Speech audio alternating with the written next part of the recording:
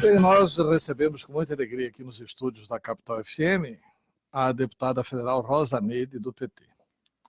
Pela primeira vez, as pesquisas de opinião pública, deputada, deram que a população é a favor da reforma da Previdência. Pela primeira vez nesse país, e eu fui congressista por 12 anos, a população foi às ruas em favor da reforma da Previdência.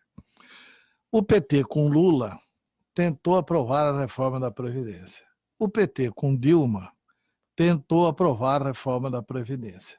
E aprovou partes da reforma da Previdência em ambos os governos. Por que agora o PT ficou contra a reforma da Previdência? Não passa a opinião pública um sinal assim de incoerência? Se nós estamos no governo, nós queremos acertar o país. Se nós não estamos no governo, quanto pior, melhor. Não passa essa mensagem? Bom dia, deputada, prazer tê-la conosco. Bom dia, Antero, bom dia a todos os ouvintes. Na realidade, reforma, o próprio PT defende, o candidato Fernando Haddad apresentou no seu plano de governo uma proposta de reforma, e reformas que sejam ajustes para equilibrar a questão previdenciária no Brasil, mas não uma reforma dos moldes dessa. Acho que você fez um histórico muito interessante. O governo Lula apresentou ajustes e fez uma reforma. A presidenta Dilma, em 2013, consolidou esse ajuste, que é que todos os trabalhadores do serviço público só aposente com o teto do INSS. Isso foi feito em 2013. Alguns estados se adequaram, outros não. Municípios se adequaram, outros não. Outros ainda em processo de adequação. Então, nos nossos governos, houve reforma da Previdência, com a contestação dos funcionários e dos trabalhadores, como é normal, quem vai perder contesta mesmo, e isso passou. Agora, a atual reforma, a população ainda foi à rua, parte da população aprovando isso, porque a população ainda não tem a dimensão da perversidade dessa reforma. De todas as proposições, desde o governo Fernando Henrique, governo Lula, governo Dilma, as proposições de reforma, essa é a mais perversa, mesmo a do Temer, que estava no Congresso, que foi retirada, e veio agora a do presidente Bolsonaro. Então, a mídia do governo foi muito forte em afirmar que esta atual reforma é para garantir as aposentadorias futuras, e essa narrativa ganhou as ruas, eu tenho consciência disso. Essa narrativa ficou incorporada e as pessoas acreditam nisso. Mas a verdade não é esta. Mas, deputada, primeiro, o governo não tem nem mídia.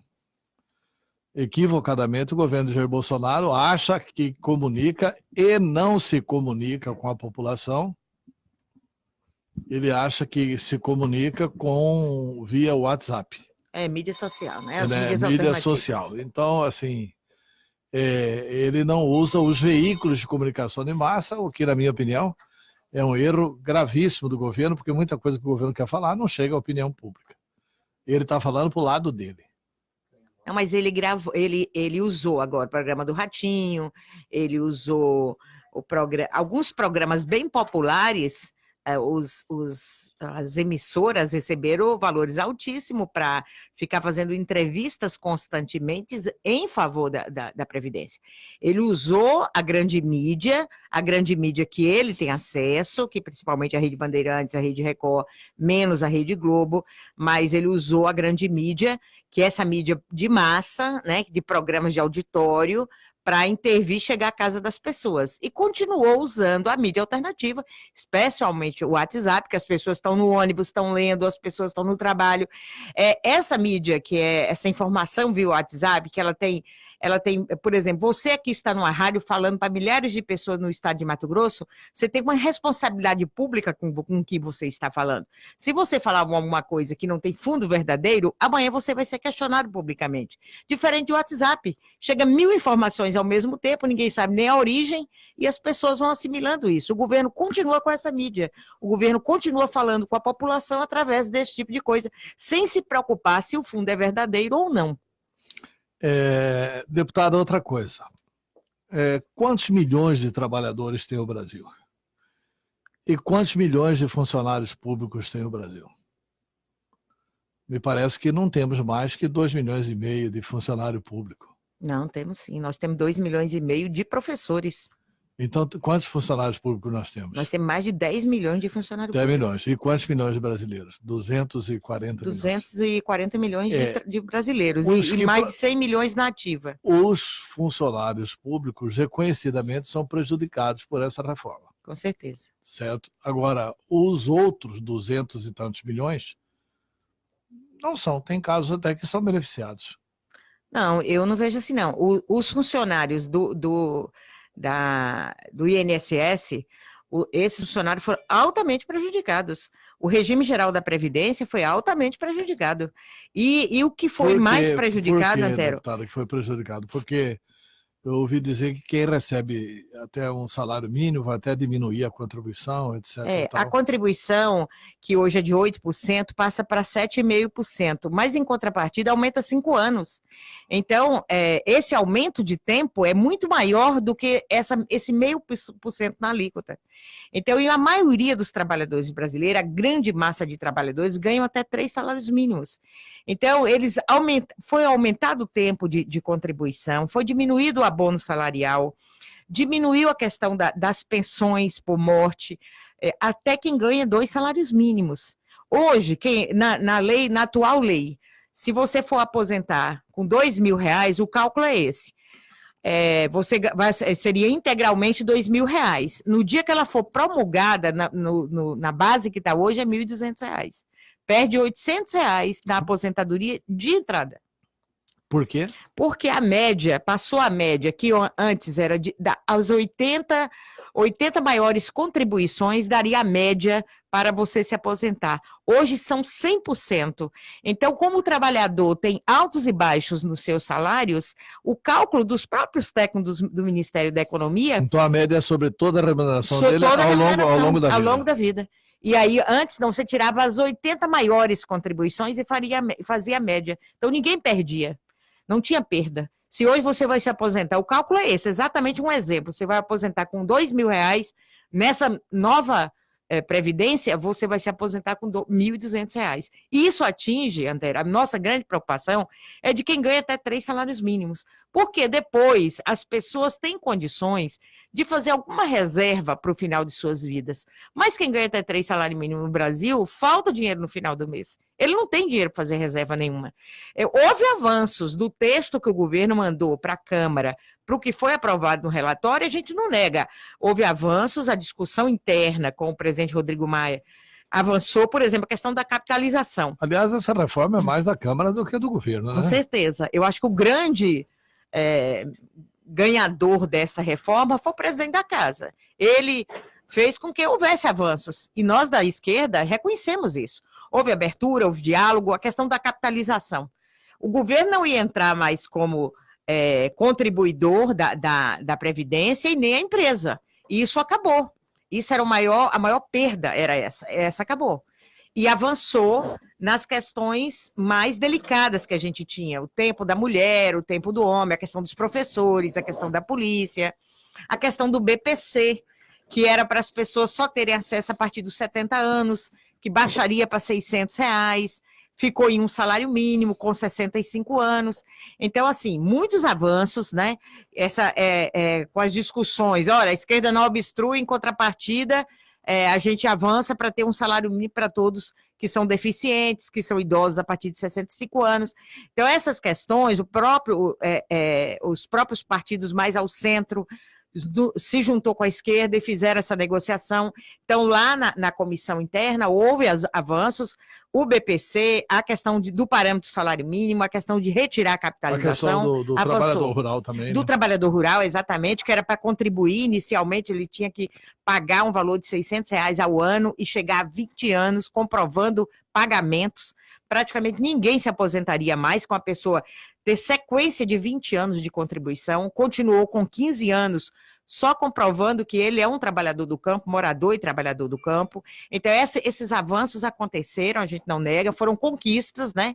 Depois de toda a discussão, foram conquistas. Mas ainda ficou muita coisa que é muito perverso com os trabalhadores brasileiros, os mais pobres. Deputada, a senhora disse aí que, com relação aos que ganham o salário mínimo, diminuiu a contribuição de 8 para 7,5%.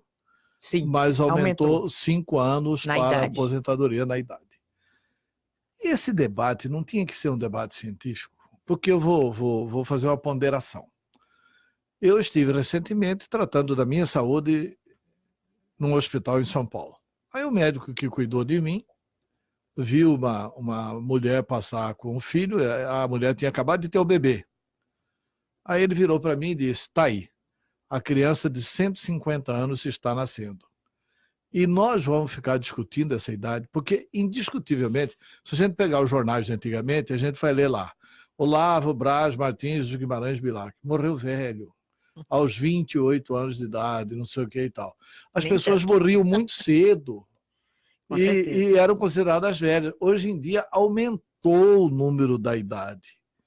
Então, não é um debate que tem que ser guiado, porque eu entendo, inclusive, que daqui a 8, 10 anos, nós vamos estar ouvindo novamente falar em uma nova reforma da Previdência, porque a qualidade de vida está melhorando e as pessoas vão ter uma longevidade muito maior do que estão imaginando. Eu acredito que o médico que me falou é um renomado cientista brasileiro. Eu acho que ele não falou jogando conversa fora. Eu acho que ele falou baseado naquilo que a ciência está acreditando, que as crianças vão passar dos 120, 130 anos de idade, as crianças que estão nascendo hoje. Antero, eu vejo... Eu fico até feliz para os meus netos. E a ciência tem que intervir muito nessa questão, realmente. É por isso que eu digo, ajustes na Previdência tem que haver sempre. Modifica a nossa condição territorial, modifica a nossa condição biológica, modifica a nossa condição de vida, então a gente tem que ajustar. Ajuste tem que ser feito. Agora, quando a gente olha a ciência e a evolução da humanidade, a gente tem que pensar em outra coisa. O mercado de trabalho, ela está trocando quais são as profissões atuais e as profissões do futuro. A população que vive hoje, parte do que tem hoje à disposição e começa a aparecer de inovação tecnológica, ela não tem mais condições de alcançar o mercado de trabalho, principalmente os que vão envelhecendo mais. Os chamados pessoas nativos analógicos, ele não tem mais ação em relação aos nativos digitais.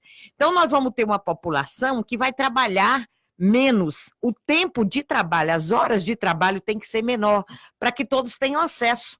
E se eu vou deixar as pessoas trabalhando, achar que ela pode trabalhar até 70, 80 anos, onde ingressarão os mais novos? Qual é o lugar do trabalho dos mais novos? Então, nós temos que dividir a renda do país, para que todos tenham acesso, porque... O mundo vai ter que ter muito, é cultura, é lazer, é espaço da produção científica, é o estudo, porque a população avançou muito na questão tecnológica da produção da economia. Antes também você ficava um ano trabalhando para lavrar uma terra. Hoje uma máquina faz isso em 2, 3 horas. O que uma pessoa estourava suas mãos para fazer em meses, hoje faz em horas. Então, como é que eu vou deixar as pessoas achando? O Brasil está muito atrasado nisso. Os outros países do mundo dividem a carga horária para que todos tenham acesso. O salário é equilibrado, não precisa ser o teto, nem precisa ser o piso. Mas essa é Aliás, hoje vai ter uma entrevista fantástica depois do Jornal da Globo, no Bial, sobre essa questão da inteligência artificial. Sim, muito bom. E o debate da nova revolução industrial, isso já está acontecendo. Sim. Porque tem pessoas... A quarta revolução. Tem pessoas que estão contratando máquinas que colhem 400 hectares por dia, 500 hectares por dia. E cadê a presença humana, né? Pois é. E assim, pessoas que tinham 400 máquinas, 500 máquinas, que tem 40 hoje. Portanto, eles tinham 400 operadores... Hoje ele vai ter 40. Hoje ele vai ter 40. Mas ele não diminui o lucro. Não, ele aumenta. Ele aumenta o lucro. Cadê o pagamento da Previdência para garantir essas pessoas desempregadas ou ganhando muito menos em outro mercado? É a mesma coisa dos bancos. Mas aí eu acho que a melhor proposta foi a que o PT não apoiou. Qual foi? Foi a do Ciro Gomes, que queria taxar os dividendos. Nossa, nós queríamos taxar. Vamos taxar. O PT sempre veio com a conversa, vamos taxar os mais ricos, o que é uma bobagem. Não, vamos taxar os mais ricos é uma bobagem. Taxar os dividendos, você pega todo mundo. Não tem mamãe me dói. Pega todo mundo. Que era a proposta do Ciro Gomes, que não foi para o segundo Mas turno. por que? Não, você está Não dizendo foi porque por causa não do PT. apoiou. Não, foi por causa do PT. Não, isso não, é disputa política. Agora, o PT hoje, a questão de taxar mais ricos, isso era uma linguagem anterior, um conceito anterior. Hoje é taxar dividendos mesmo. Né? Todos nós defendemos, inclusive votamos com o PDT, com o PSB, com o PCdoB, com o PSOL, todo mundo discutiu a taxação de dividendos. No momento do plenário, a discussão era essa. Vamos taxar os dividendos e tirar viúvas, tirar BPC, tirar pensão, tirar essas coisas. O plenário não aceita, nós não votamos em representantes ainda para pensar isso, para pensar um Brasil que está pensando na quarta revolução industrial. Mas a taxação dos dividendos seria para a reforma da Previdência? Não seria mais para imposto de renda, essas coisas? Também, mas na reforma da Previdência, por exemplo, se você cobra a Previdência dos que têm altos dividendos, você insere dinheiro na Previdência Social do Brasil e você tem mais condições de fazer, de fato, a inserção das pessoas mais pobres. E, nesse sentido, nós vamos ter reforma tributária agora, nós vamos ter essa discussão muito forte no Brasil, nós temos que avançar para isso. Nós temos que entender que hoje a máquina, em grande parte, substitui os humanos, e os humanos existem, estão aqui, eles precisam ser inseridos. Nós não precisamos de um Brasil onde o exército de reserva sejam de zumbis, sem local para dormir, sem vida ativa durante o dia. Nós precisamos de pessoas com vida ativa. Agora, essa vida ativa vai ser muito mais, como eu disse, na cultura, no lazer, no envolvimento dos seres humanos com a criatividade. Tem gente querendo participar aqui do programa, deputada, vamos ao ouvinte na linha. Alô? Bom dia, Sérgio, bom dia a toda a família capital e a deputada. Deputada, até agora eu não vi ninguém dizer vamos levar emprego para Mato Grosso. O que acontece lá, deputada? Eu acompanho todos os dias. Quando tem sessão. Aquele deputado do Paraná, ou até rir, o Boca Aberta, ó, fala tudo a verdade. E aí, deputado, o que é que nós faz? Afonso... Eu passei meu número aí para assessoria aí, o meu número de telefone, para vocês entrarem em contato comigo, aqui no Ribeirão. Nós fazemos um trabalho aqui. Tá bom. Muito obrigado pelo espaço e vou esperar a deputada falar. Tá bom. O deputado Boca Aberta lá fala a verdade. Tá, o Boca Aberta abre a boca para falar a verdade. É Afonso do Ribeirão do Limpo. Ô, Afonso, bom dia. Realmente o deputado Boca Aberta fala algumas coisas, mas também fala outras complicadas, né? Inclusive se envolveu numa briga muito ruim lá no Paraná agora, que ficou muito difícil até para a Câmara. Mas essa questão do emprego, ele como os outros, todos nós estamos cobrando que o Brasil tem emprego. Se o Brasil tivesse esses 14 milhões que estão desempregados, mais os 8 milhões que já desistiram de procurar emprego, contribuindo com a Previdência, nós não estaríamos com os problemas que estamos hoje em relação às aposentadorias. Mas o Brasil precisa realmente destravar a sua economia. O Brasil só vai ter renda e lucratividade se a população estiver trabalhando. Nisso o senhor tem toda a razão e nós precisamos avançar na questão do emprego e da renda. Eu também acho que daqui para frente o assunto emprego é com o governo Jair Bolsonaro. Com certeza. Mas essa herança de 14 milhões é uma herança do PT. Não. Não foi uma herança do Temer. Foi uma herança deixa eu te falar, vamos colocar os pontos nos is. No governo Lula era pleno emprego e a Previdência superavitária. No primeiro governo Dilma também. Aí no segundo governo Dilma não governou. Quando o Brasil se desgovernou completamente, Eduardo Cunha trancou a pauta durante 2 anos. No dia que Dilma foi eleita, parte dos congressistas já disse que ela não vai governar. A Dilma foi fazer política lá com a Petrobras, Não, ela botou o pé na parede. Foi fazer demagogia lá com a Petrobras. Pé na parede ela com a botou Petrobras? Na parede. Ela botou o pé na parede. Antero, deixa eu te falar. Se não tivesse colocado, hein? Deixa eu te falar. Dilma, por ser mulher, ela enfrentou, desde o primeiro mandato dela, diferenças inclusive no próprio partido. Dilma não foi favorável a nenhuma negociata, por isso ela saiu. O Brasil ainda vai reescrever a sua história e demonstrar claramente. Ela não aceitou coisas erradas, e a pessoa que mais fez o debate com ela, e o confronto foi Eduardo Cunha. E os demais interesses sabe diversos. Que foi feita coisa errada na Petrobras, né? Sim, O e os PT não fez diretores, essa reflexão ainda? e os diretores Os da diretores Petrobras, confessaram, devolveram sim, dinheiro e tal. nenhum eram indicados pelo PT. Não, A teve divisão, o diretor lá que está preso, que foi indicado pelo Zé Dirceu. não, mas isso era antes, o cara que foi preso e foram indicados, todos eram pelo, nem vou dizer os partidos aqui, todo Não, mundo é sabe. PP, PT, Pois é, todo mundo PMDB sabe. Então, não era a gestão do PT na Petrobras. Foi, aí todo mundo cita o PT. Esquece que eram os partidos políticos. Mas se eu sou o governador e o secretário roubar, o problema é do governador também, né? Não, mas não é o secretário direto, é uma estatal. Mesmo assim, que... se o presidente da Saremate, o presidente de uma estatal... Sim, mas vamos, na hora... É um problema que atinge o governador. O Temer era o vice-presidente da República, governava tanto quanto. Vice é expectativa de cargo, não é cargo. Na hora que é o Temer, não é cargo. Não, eu não estou defendendo o Temer, não. Eu acho que o Temer devia estar preso com aquele episódio do Rocha Loures.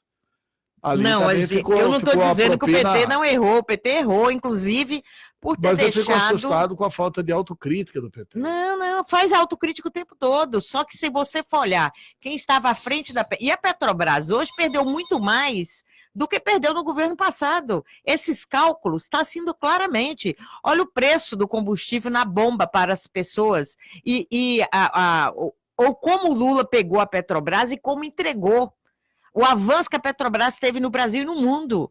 Agora, teve pessoas que fizeram negociatas com as ações da Petrobras? Teve, gente. O PT fez vista grossa e muita coisa, fez. O PT entregou a Petrobras, que vendendo a Petrobras não pagava a Petrobras. Não venderam Hoje a Petrobras. Não, eu sei que não venderam. Mas se vendesse, querem vender agora. O valor dela não pagaria a Petrobras. Hoje, depois da administração, eu não vou dar mérito para o Temer, não, mas o Temer acertou de colocar lá o Pedro Parente, que deu uma resolvida razoável na Petrobras, e hoje eles dão sequência lá, tomara que continue fazendo uma administração honesta lá na Petrobras. Eles já venderam tudo que nós tínhamos do pré-sal praticamente, né? É isso que eles fizeram, isso sim, mas vamos tocar para frente. Mas essa é uma energia que está... As novas energias vão substituir o petróleo antes de esgotar o petróleo. Não, mas você veja bem, o Brasil ainda tem a maior reserva de petróleo do mundo em águas profundas. Uhum. Então, tudo que está acontecendo no Brasil, de intervenções políticas, de tudo que está acontecendo aí, parte tem o petróleo por trás, ainda tem o petróleo gerando a economia do mundo. Claro que as energias renováveis é o que a gente quer para o futuro, mas ainda não é a realidade. A briga dos Estados Unidos ainda é para ter acesso ao petróleo brasileiro. Tem mais uma pergunta para a senhora? Antero, bom dia. Bom dia a deputada aí. Antero, engraçado, né? Você vê a esquerda critica. Eu tô pensando num ponto assim, ó. Eu acho que a esquerda critica o Brasil, não é porque o Brasil tá fora do trilho, não. Eu acho que a esquerda critica porque gosta de ser contrário. Gosta de ver o Brasil andar para trás. Porque na época que o presidente Lula estava roubando aí um monte de dinheiro aí do Brasil, ninguém da esquerda se pronunciava em nada. Todo mundo era conivente, né? Com as manzelas do presidente, mesmo sabendo que ele estava roubando o Brasil, né? E outra, como que você vai acreditar em alguém ou num partido que grita Lula livre, cara? É difícil, né? Sabendo que o Lula foi o maior ladrão do Brasil. Adélio, de Várzea Grande, e depois tem uma pergunta do Eduardo Povas. Tá certo. Adélio, bom dia. Infelizmente, Adélio, o que você está falando não procede. O presidente Lula está preso e todo mundo nesse país, nesse momento, sabe por que ele está preso. Ele é um preso político, mais do que nunca, com as revelações que nós estamos vendo. A gente está sabendo claramente qual foi a intenção do presidente Lula estar preso. E o presidente, ninguém nunca provou nada que tem contas do presidente Lula, que o PT teve erros nas suas administrações, eu reconheço, discordo, fui crítica do partido em muitas das situações. Agora, se dizer que o presidente Lula roubou sem nenhuma prova, está preso e não tem prova ainda de roubo pessoal dele, de coisas de vida pessoal. E o Brasil, no governo do presidente Lula, era um Brasil de pleno emprego, um Brasil que desenvolveu, um Brasil que todo mundo ganhou. Ganhou muitos ricos, ganhou os bancos, ganhou o agronegócio brasileiro. O Brasil virou a 6ª economia do mundo, hoje nós somos já o 10º. Então, discutir isso é até ignorância. Então, não quero nem discutir isso, porque os números falam mais alto do que tudo. Agora, que a gente precisa melhorar o país, nós precisamos avançar, corrigir erros que todos cometeram, isso com certeza temos. E eu, de esquerda, quero garantir o papel e o espaço da população mais empobrecida no mercado, com condições de emprego, trabalhando, estudando, tendo acesso à saúde. É isso que a esquerda defende e eu tenho muito orgulho de defender isso. Bem, nós vamos agora com a pergunta do nosso amigo Eduardo Povos. Bom dia, Eduardo. A sua pergunta para a deputada Rosa Neide. Bom dia, Terra. Bom dia, deputada. Olha, parece que eu escutei aí, deputada, a senhora dizendo que a Petrobras de hoje é mais deficitária que a Petrobras de alinhamento. Eu acho que a senhora deveria sugerir lá no Congresso abrir a Petrobras de novo para o roubo. Quem sabe ela equipara o passado. Um abraço, Eduardo Povos. Bom dia, Eduardo. Essa questão da Petrobras, a Petrobras não é uma estatal. A Petrobras ela tem mais de 50% de ações nacionais e internacionais que não é diretamente do governo. A Petrobras tem um conselho de representantes que administram a Petrobras, tanto de representações de empresas multinacionais, de empresas nacionais e do capital estatal. Então, o que a Petrobras avançou no mundo antes do presidente Lula e depois do presidente Lula, isso é altamente comprovado, que houve problema e que ainda há problema com relação ao mercado nacional e internacional, isso com certeza. Coisas equivocadas, contratos equivocados foram feitos, como estão sendo feitos também. A questão do pré-sal hoje, que é da direção da Petrobras. Hoje, por exemplo, o Brasil abriu mão de 1 trilhão de arrecadação em 10 anos, deixando a Esso, deixando a Shell sem pagar imposto, com a exploração de 2 poços do pré-sal no Rio de Janeiro. Então, nós teríamos 1 trilhão a mais de arrecadação se não tivéssemos isentado essas 2 petroleiras, por exemplo, a chamada PEC do trilhão, que o Brasil abriu mão no governo Temer. Então, assim, se a gente for olhar os cálculos, e outro dia eu vi um especialista dizer, nós temos uma mina, uma grande mina, e canalizando a mina para outros países, e tirando nem pingar da mina vai ser em solo nacional. Então, enquanto a gente vê a Noruega vir aqui comprar um poço de petróleo no Brasil, no governo Temer, para dizer que é para bancar a educação de qualidade deles, então isso já é a resposta do que a gente tem no Brasil hoje com relação à Petrobras. Deputada, por que estados e municípios não entraram na reforma da Previdência? Olha, Antero, eu vejo assim. Porque assim, nós temos uma federação muito complicada. Complicada. Já pensou a gente discutir isso nos mais de 5 mil municípios brasileiros? Qual que é o grau de compreensão, sem nenhum menosprezo aos nossos vereadores? Eu me orgulho de ter sido vereador de Cuiabá. Fui também. Então, assim, eu tenho o maior respeito pelo vereador, é o primeiro ombro, é a primeira atividade política, é uma atividade muito nobre, mas jogar essa carga nos ombros dos vereadores é demais. E nós vamos ter, nos 5.700 municípios e nas 27 unidades da federação, nós vamos ter divergências muito fortes em relação às regras que normatizarão a previdência pública no Brasil e privada. Mas a privada não, a privada é no contexto nacional. Não é o Congresso fugir da sua responsabilidade? Mas já tem um acordo de que agora no Senado integre estados e municípios. Então, o Senado deve discutir essa questão, ele retorna na Câmara. Uma PEC paralela, né? É uma PEC paralela no Senado que vai inserir estados e municípios. E aí eu vejo que na Câmara, por ser 513 deputados, tem muitos deputados agora, candidatos a prefeitos de capitais e grandes cidades, e isso fez com que recuasse, esfriasse a possibilidade. Não, eu vou ter que contestar um direito de um funcionário lá no meu estado, ou na minha capital, ou na minha cidade. Então, eu prefiro deixar que isso discuta para frente. A unidade nacional em relação às regras é importante, inclusive para os trabalhadores. Não, a unidade nacional é para os trabalhadores. Você promove injustiça. Injustiça. Você vai ter um estado de uma forma, um estado de outra, né?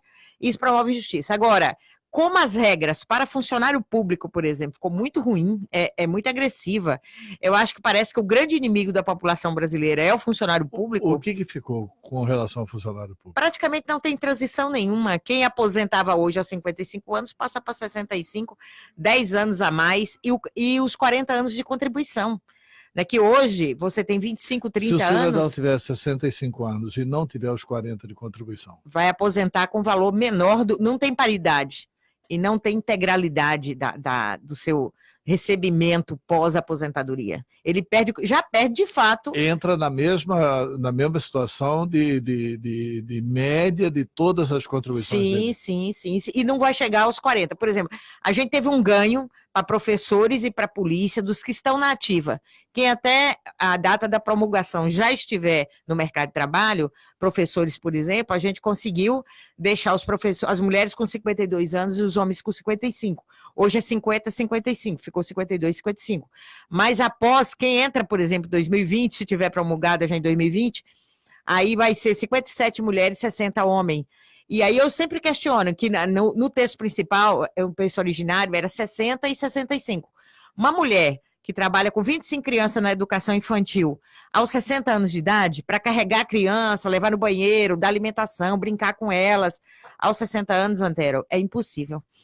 Uma outra pessoa chega aos 60 anos, mulher, que passa pelo climatério, pela menopausa, com todos os seus problemas, que isso é um estudo científico, comprovado. A mulher, a professora, não tem que dizer assim, olha, eu vou ficar parada um pouquinho, eu estou sentindo bem, agora é meia hora de descanso e volto para o trabalho. Como em outro trabalho pode acontecer, você está no banco, em algum lugar você pode fazer isso, trocar com alguém aquele momento.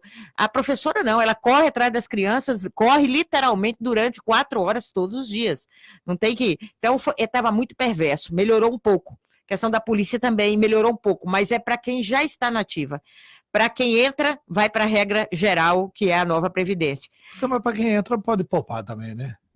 Mas não poupa com salário de 2.000 e poucos reais. Para quem entra, foi aprovado no governo Dilma, no governo Lula, no governo Fernando Henrique. Não. O teto do INSS, sim, foi aprovado no governo Dilma em 2013, o teto. Mas esses 40 anos é agora.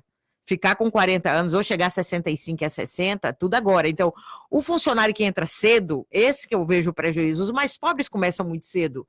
As pessoas começam aos 17, 18 anos, e aí ela vai ter que chegar na idade. E quem começou aos 30, fez mestrado, doutorado, primeiro, começou aos 30, vai a mesma coisa. Contribuiu 40, 58 pode, não pode? Não, ele vai ter que chegar aos 60, a mulher e o homem aos 65.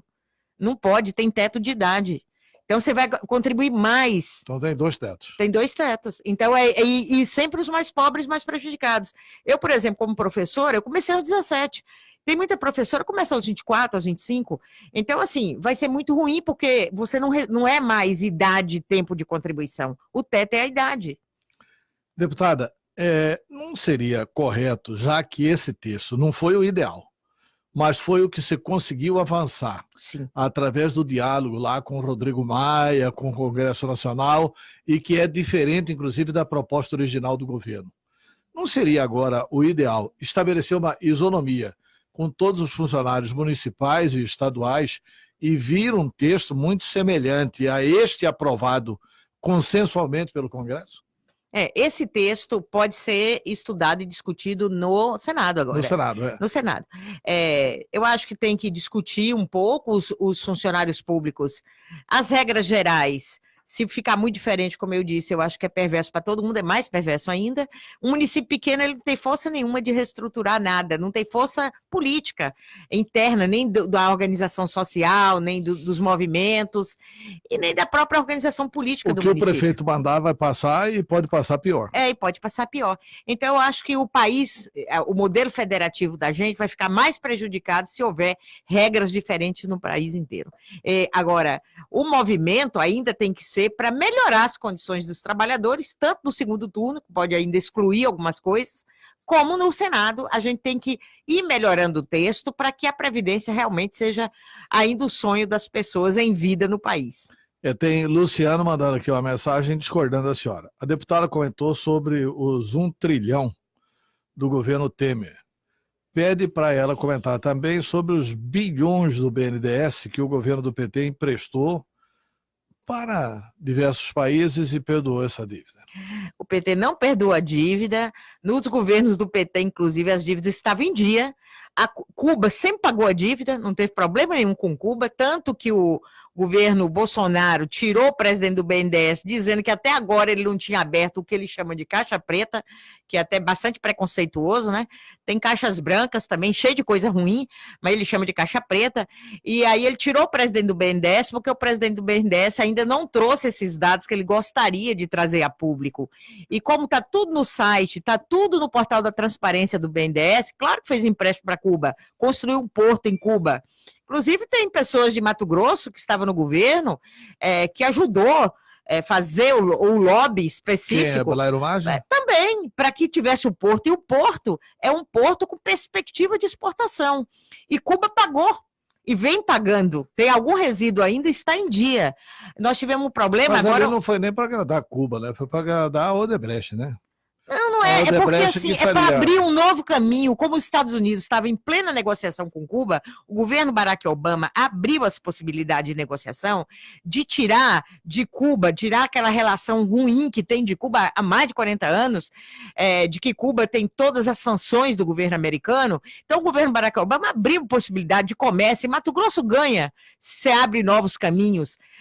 Então, construir um porto era construir um outro caminho. Então, nesse sentido, não houve, por parte do governo brasileiro, nenhum prejuízo. Emprestou mesmo. Estava tão bem que emprestava os demais países. Não só a Venezuela, a Colômbia e a Cuba, que receberam empréstimo, mas tantos outros países, Argentina, Uruguai, e está tudo no portal do BNDES. Tudo recebendo. Agora, teve um problema agora com a Venezuela, que os Estados Unidos é o grande protagonista. E o governo da Venezuela está correto? Não, na minha avaliação, não. Então, teve problema, mas está lá no portal. E parou de pagar já no governo Temer. E Temer foi culpado? Não. São as condições do país. É uma voz discordante no PT sobre considerar o governo da Venezuela, de Nicolás Maduro, uma democracia? Porque o que nós assistimos na televisão, ou a imprensa é muito falsa, muito malvada, muito perversa, muito bandida, ou então o Maduro é um ditador. O que eu tive, minha opinião sobre... Eu prefiro achar que a imprensa não é isso e que o Maduro é um ditador. Nem tanto o céu, nem tanto o mar, né? Tem erro dos dois lados. Que Maduro é o governo que eu gostaria? Não, não é.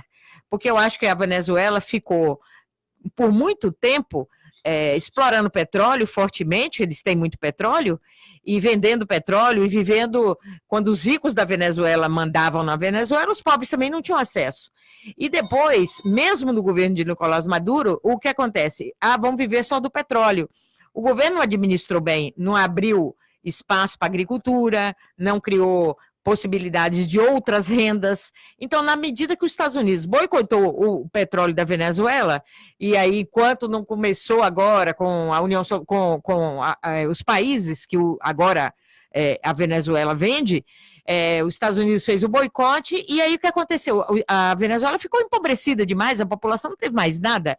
A Venezuela comprava alimento, fazia postos grandes, supermercados públicos, e as pessoas tinham acesso a uma cesta de alimentos. E as pessoas foram deixando, e o país não investiu em outras produções. Então, isso eu considero uma má gestão. Pois é, mas o PT dá nota oficial, através da Gleisi Hoffmann, considerando a Venezuela uma democracia. Não é essa não questão. É respeitando.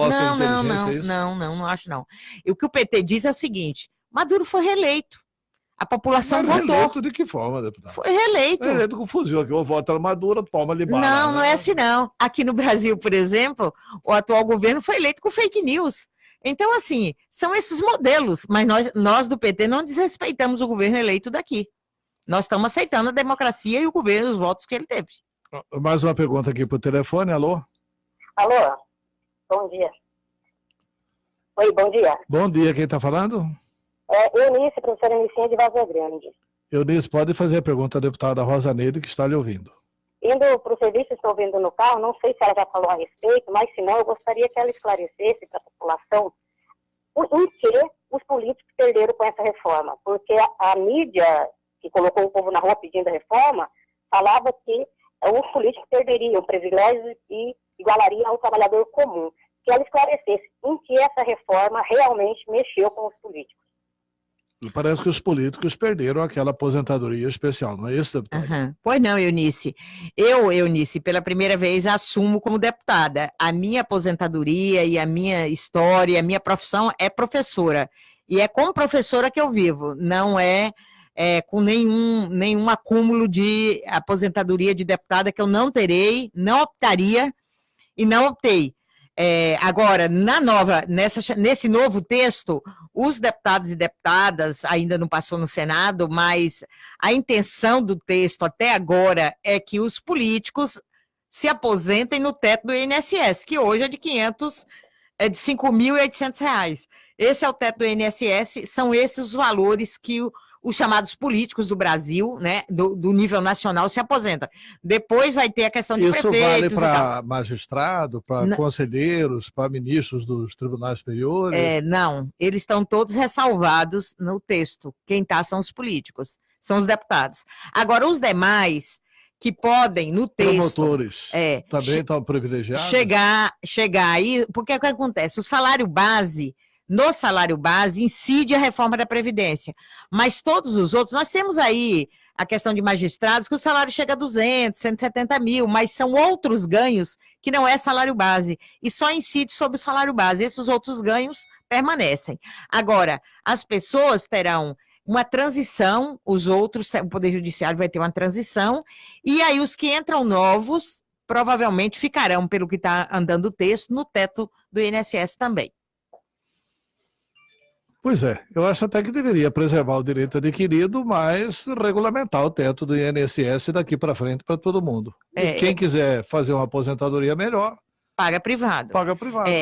Eu também sempre fiz essa defesa. A minha preocupação é que hoje quem perde são os trabalhadores que ganham menos. Os 800 bilhões que serão economizados, Antero, todos os cálculos, inclusive do próprio governo, é que vai incidir sobre quem ganha até 3 salários mínimos.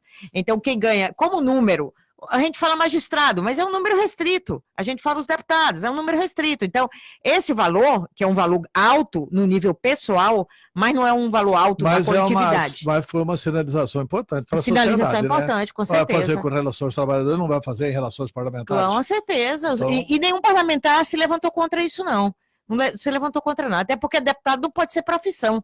Deputado é uma questão passageira. Você vai lá, você foi deputado, você hoje tem a sua profissão.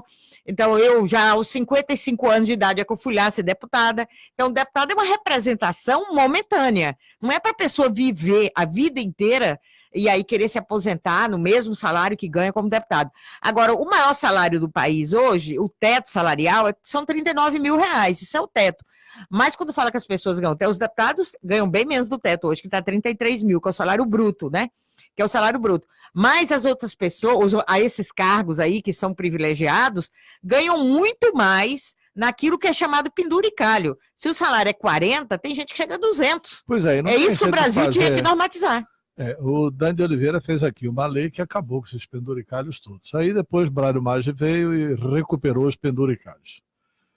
Que era assim, subsídio, tanto. Pronto, hoje a educação aqui no estado ainda é subsídio. Ainda é subsídio, né? A educação é subsídio. Pois é, deveria ser todo mundo assim.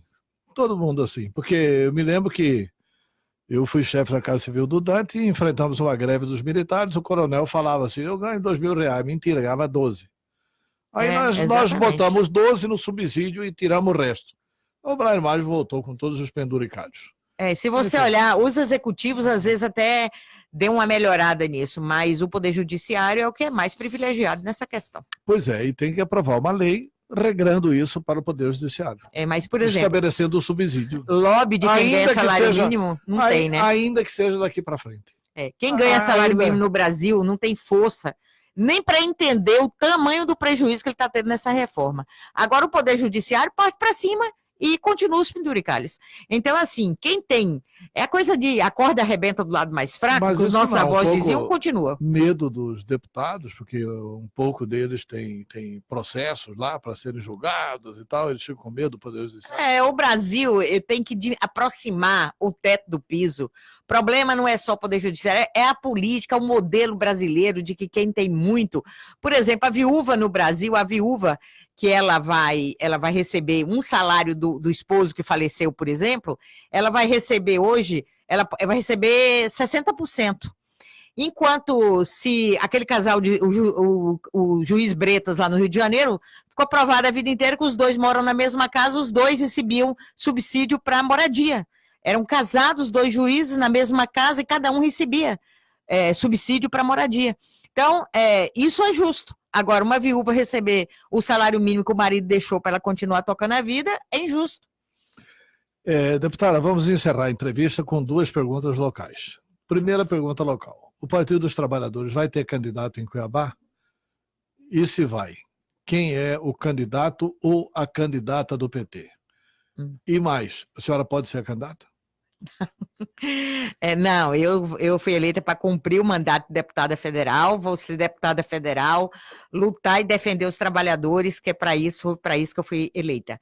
E o Partido dos Trabalhadores está conversando, os outros partidos, chamada esquerda, da cidade de Cuiabá, já teve várias reuniões, várias conversas. Nós temos candidatos, né? Nesse momento eu vou dizer no masculino, porque é o que está se apresentando, mas também tem mulheres também nessa possibilidade, e a gente vai trabalhar muito para que a gente tenha representação aqui. Quais são as mulheres nessa possibilidade?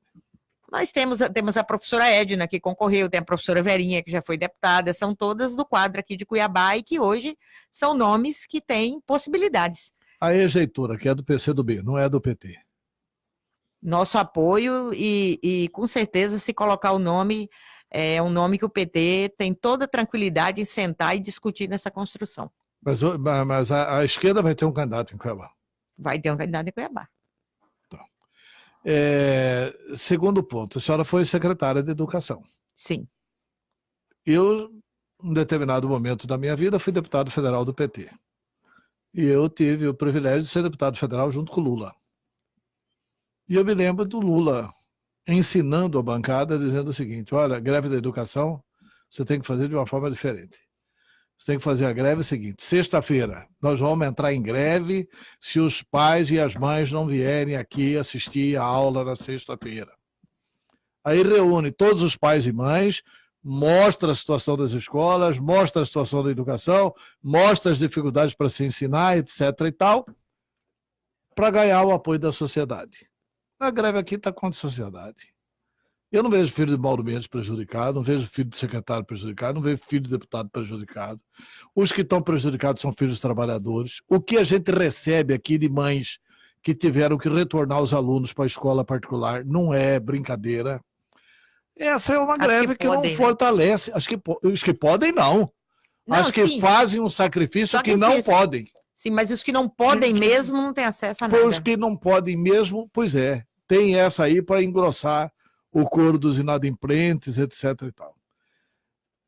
Esse é um ponto. E assim, entrando em greve no momento em que a legislação... Porque se o governo tivesse escamoteando os dados, eu sou filho de professor. O maior choque que eu tive na vida foi quando minha mãe me chamou: olha, meu filho, você tem que parar de estudar aí, vem para cá. Eu estudava em Lins, numa escola particular. Minha mãe era funcionária da Caixa Econômica. Naquele tempo não era normal o marido aceitar que a mulher trabalhasse. Meu pai era um homem moderno naquela época. Meu pai se aposentou como professor e deixou um salário mínimo para ela. Então eu sei o que é ser professor. Meu pai deu 37 anos de magistério e a pensão da minha mãe é um salário mínimo. Então eu sei o que é ser professor. Eu respeito a carreira de professor. Mas essa greve está contra a sociedade. Ela está virando uma greve do PT. Claro que não. Pois é, mas está aparecendo. Então, quando eu estava na secretaria, a greve era de quem? Que fizeram greve também. Ságuas estava na secretaria, fizeram greve também. Era greve de quem? Do PT contra o PT? Não, pois é, mas vamos tirar isso que fica ruim. Mas não tinha, na época, uma lei que impedia de conceder o reajuste. Não, eu vou te falar. Nem a situação do Estado era nesse ponto. Não, veja bem. A situação do estado de Mato Grosso é uma situação bastante controversa. É um dos estados que cresce 10, 15% ao ano, é um dos estados que mais cresce economicamente no país, e na hora que você olha os dados de investimento, são péssimos. O governador tem que ficar de pires na mão para conseguir bancar o estado. Então, é um estado que precisa ser revisto.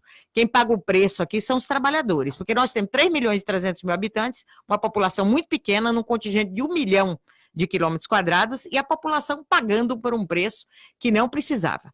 Agora, a questão da greve, eu já conversei com o governador algumas vezes, tenho total tranquilidade em dizer isso aqui, porque já conversei com ele. O que eu vejo que, nesse momento, falta um diálogo franco e tranquilo entre o governo e a categoria. Porque para a categoria, greve é péssima. Os próprios profissionais perdem férias, os seus filhos também estão nas escolas, todo mundo perde. É uma política de perde-perde, não de ganha-ganha. Todo mundo perde, mas os funcionários perdem, os filhos dos trabalhadores perdem fortemente. Agora, nesse momento, quando a gente diz que não tem, que a lei impede, também tem controvérsia. O governo tirou o imposto de renda retido na fonte de base de cálculo. E eu já disse para o governador, 3 estados... Não foi o governo que tirou, foi uma decisão... Do Tribunal de Contas do Estado de Mato Grosso, equivocadamente. Não, foi uma decisão do Tribunal de Contas da União e da Secretaria do Tesouro Nacional. Não foi. Não, o governo de Mato Grosso tinha incluído, porque isso falseava dados para permitir responsabilidade de poder gastar mais do que devia. Não. Foi o Tribunal de Contas da União, deputada, e a Secretaria do Tesouro Nacional quem impediu o governo de continuar com essa maquiagem mentirosa. Não, essa não é a maquiagem, o imposto de renda está na lei. Deixa eu te falar. Está na lei só de Mato Grosso? Não, 27 estados da federação. Nenhum faz 24, isso que a senhora está querendo. 24 faz. Não é verdade. Olha, Antero, eu estive essa semana, faz 15 dias, com o coordenador nacional dos tribunais de contas, que é do Tribunal de Contas do Rio Grande do Sul, fazendo essa exposição na Comissão de Educação. Eu fiz essa pergunta a ele. Eu falei sobre o estado de Mato Grosso. E ele colocou exatamente, expôs todos os estados, até passei para a Assembleia Legislativa e para o governador, que esse cidadão, que agora não me lembro o nome, que é do Tribunal de Contas do Rio Grande do Sul, é o coordenador nacional, viesse aqui em Mato Grosso ter essa conversa. Mato Grosso sempre fez isso. É do Tribunal de Contas do Rio Grande do Sul. Do Rio Grande do Sul. É por isso que o Rio Grande do Sul está muito bem. Não é o Rio Grande do Sul, é um dos que contesta. Não, ele é só coordenador nacional da discussão, é o que a lei diz. É o que a lei diz. Eu vou chegar mais aí. Então tem essa questão. Não, tem tudo bem. A senhora tem essa opinião e eu tenho uma... Não é opinião. Não é nem opinião, eu tenho informação. Eu também tenho informação. De que a Secretaria do Tesouro Nacional foi quem proibiu o Estado. Não foi. E eu vou lhe dizer outra coisa. E a senhora pode checar isso lá, é fácil para a senhora checar. Não, eu chequei antes da gente trazer o conselheiro, que é o coordenador nacional, para fazer essa discussão. E outra questão é o FEX, que o Mato Grosso não recebeu, prejudicou fortemente o governo Mauro Mendes, não recebeu no final do ano, que era o final do governo Táxi, início desse, não recebeu. Mas qual está sendo a proposta da categoria? Por isso que eu falo para você que é falta de diálogo. A categoria está dizendo assim, que quer que mantenha a lei, que a lei da dobra do poder de compra, que faltam 5 anos. Mas o governo não entrou contra a lei. Sim, exatamente. Está mantida a lei. Está mantida a lei, mas o governo não sinalizou o que eles querem. Eu já falei isso para o governador, estou dizendo aqui no ALCO, já falei com o governador. Eles querem que o governador diga, na data tal, vou sentar e vou discutir isso. Essa proposta que a Assembleia fez agora, se pagar o FEX, não está dizendo que é para pagar sem ter dinheiro, se pagar o FEX, entrada paga tanto no mês tal, tanto no mês tal e tanto no mês tal. Não é intransigência. Acho que o governador, inclusive o governador deve estar pensando nesse momento, eu digo a ele, a categoria da educação é 90% dos investimentos, é a condição do profissional. É aluno e professor que faz educação. Você gasta um pouco com insumos, mas é um pouco mesmo. É o professor bem na sala de aula que vai fazer uma boa aula. Então, nós não queremos uma categoria de cabeça baixa, vencida, e nem o governador, ele já disse isso a mim, não quer se sentir vencedor porque terminou a greve, no empurrão, é uma bobagem do gestor, e eu vejo que o governador não tem esse perfil, tem conversado com ele de forma muito tranquila, muito respeitosa, procurando uma saída, e essa saída é nesse sentido. Eu não tenho agora, os números estão aqui, ele já colocou cada quadrimestre fazer a revisão, e aí o que a Assembleia propôs é, se entrar o FEX, tem a condicionante aí. Eu acho que essa condicionante é que o governador tem que rever e falar, na condicionante, se der tudo certo, nós assumimos. E botar o fim na greve. Por isso que eu sou a favor do parlamentarismo, deputada, porque no parlamentarismo, se o parlamento propõe coisas inaceitáveis, você faz nova eleição e resolve o problema, né? Porque assim, o que a Assembleia propôs é colocar o FEX como receita corrente líquida e propôs um calendário. 2,8 paga em agosto, 2,8 em novembro, 2, não sei quanto. Se chegar o FEX. Mas não, já incluíram o FEX, derrubaram o veto. Sim, derrubou o veto. Então agora é outro marco. Incluir o FEX como receita corrente líquida, que é uma coisa inexistente, cara. A receita corrente líquida do FEX existe? Infelizmente, não. Não. Agora eu te digo uma coisa. Infelizmente, O FEX, não. a lei Candir senhora tem que acha que acabar. Tem que já acabar. acabou? Não, tem que dever no FEX agora, não acabou, tá lá, tá negociando. Se essa lei acabar, e o estado de Mato Grosso vai ter que ter sua receita corrente líquida melhorada, pelo tanto que nós produzimos aqui, Antero, nós não Sabe podemos ficar mendigando dessa forma, não. São duas coisas que eu acho. Também acho que eu não devia mendigar. Eu acho que o novo sindicalismo brasileiro deveria atuar em duas frentes. Primeira frente, impedir o inchaço do Estado. Por exemplo, na educação não tem o que enxugar. Na educação Não tem que tem mesmo. melhorar e qualificar professores. Com não certeza. tem como enxugar na educação. Agora, tem secretarias aí que não deviam existir. Concordo. Tem áreas aí, eu falo com a experiência de quem participou do governo Dani de Oliveira, que tem mais funcionário comissionado do que efetivo. Então, mas tem Quer que ter dizer, concurso, então, e garantir Pois é, mas modelo do Estado o sindicalismo tem que atuar no sentido de impedir essa coisa de encher o Estado. Não cabem todos no serviço público. Sim. O serviço público é que tem que chegar a todos. Primeiro ponto. Então o Estado tem que ser cobrado para ajustar. Segundo, uma coisa que o Mauro Mendes vem fazendo e até vem contrariando, se bem que em alguns setores não vem fazendo como eu queria. Eu, por exemplo, acho que a taxação do algodão devia ser maior. Com Eles certeza. estão taxando o algodão de forma Muito menor, branda ainda. dizem que por falta de um acordo com a Bahia. Porque se a Bahia entrar num acordo, que são os dois grandes estados produtores de algodão, melhora para a Bahia, que é Melhora governada aqui pelo também. PT, e melhora aqui também. Segundo ponto. Terceiro ponto, se acabar a Lei Candir, nós temos que ter coragem de tributar os produtos que vão para exportação. Como era Com antigamente. certeza. Como era antigamente. Não Quando tributar precisa tributar. a soja pagava 17%.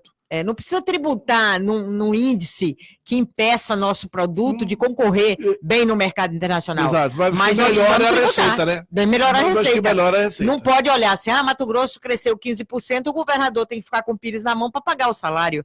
Então, assim, diminuir o inchaço do Estado, concordo com você, mas isso não é o sindicalismo, isso é proposta de governo. O governo tem Não, o que sindicalismo deve apontar. fiscalizar no dia a dia. Mas Não adianta fiscaliza. fiscalizar só na época da greve. O sindicalismo grita, olha, tem muita gente, o governador agora vai chamar do concurso da educação, foi bom, foi um ganho, uma decisão Não, correta. tem várias coisas que, Tá avançando. o governo está... A questão da avançando. reforma da escola, o governo avançou.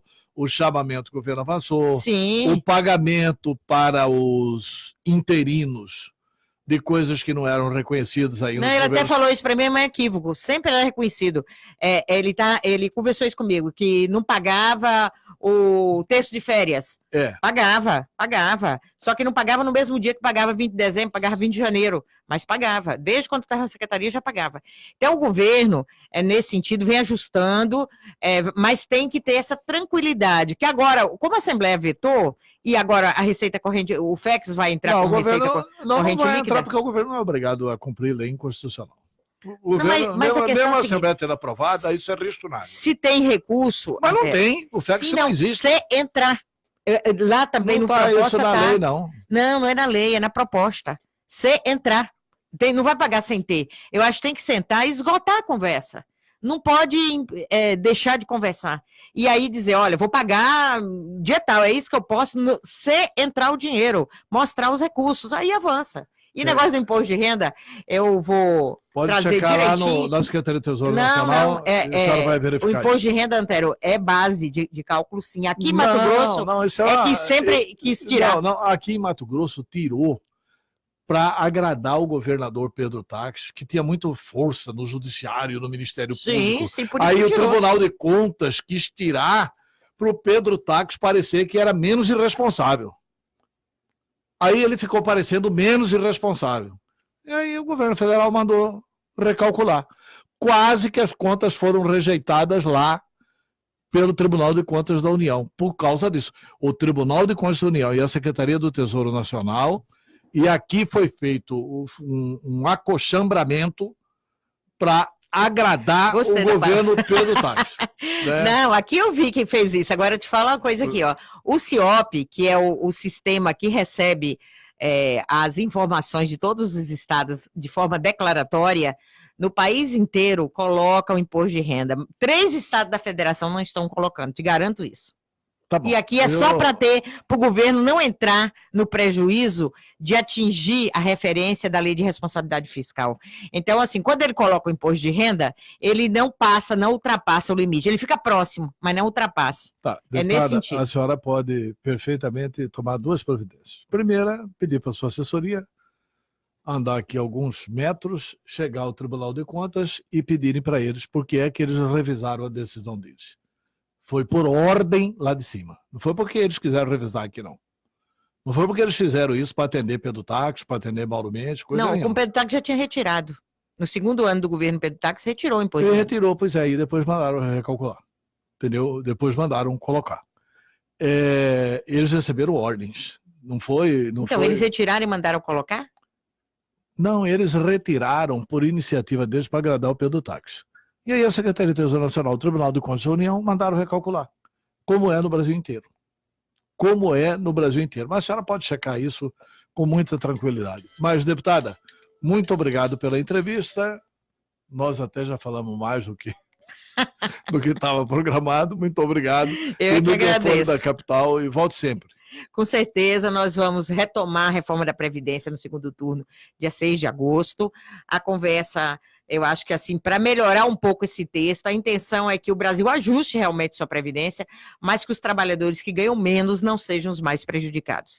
É nesse sentido que a gente está lá e vai trabalhar e vai insistir para o Brasil voltar a crescer, mas que os trabalhadores continuem inseridos no processo. Muito obrigada, um forte abraço. 8h31 em Cuiabá, nós vamos aos melhores anunciantes do rádio e voltamos.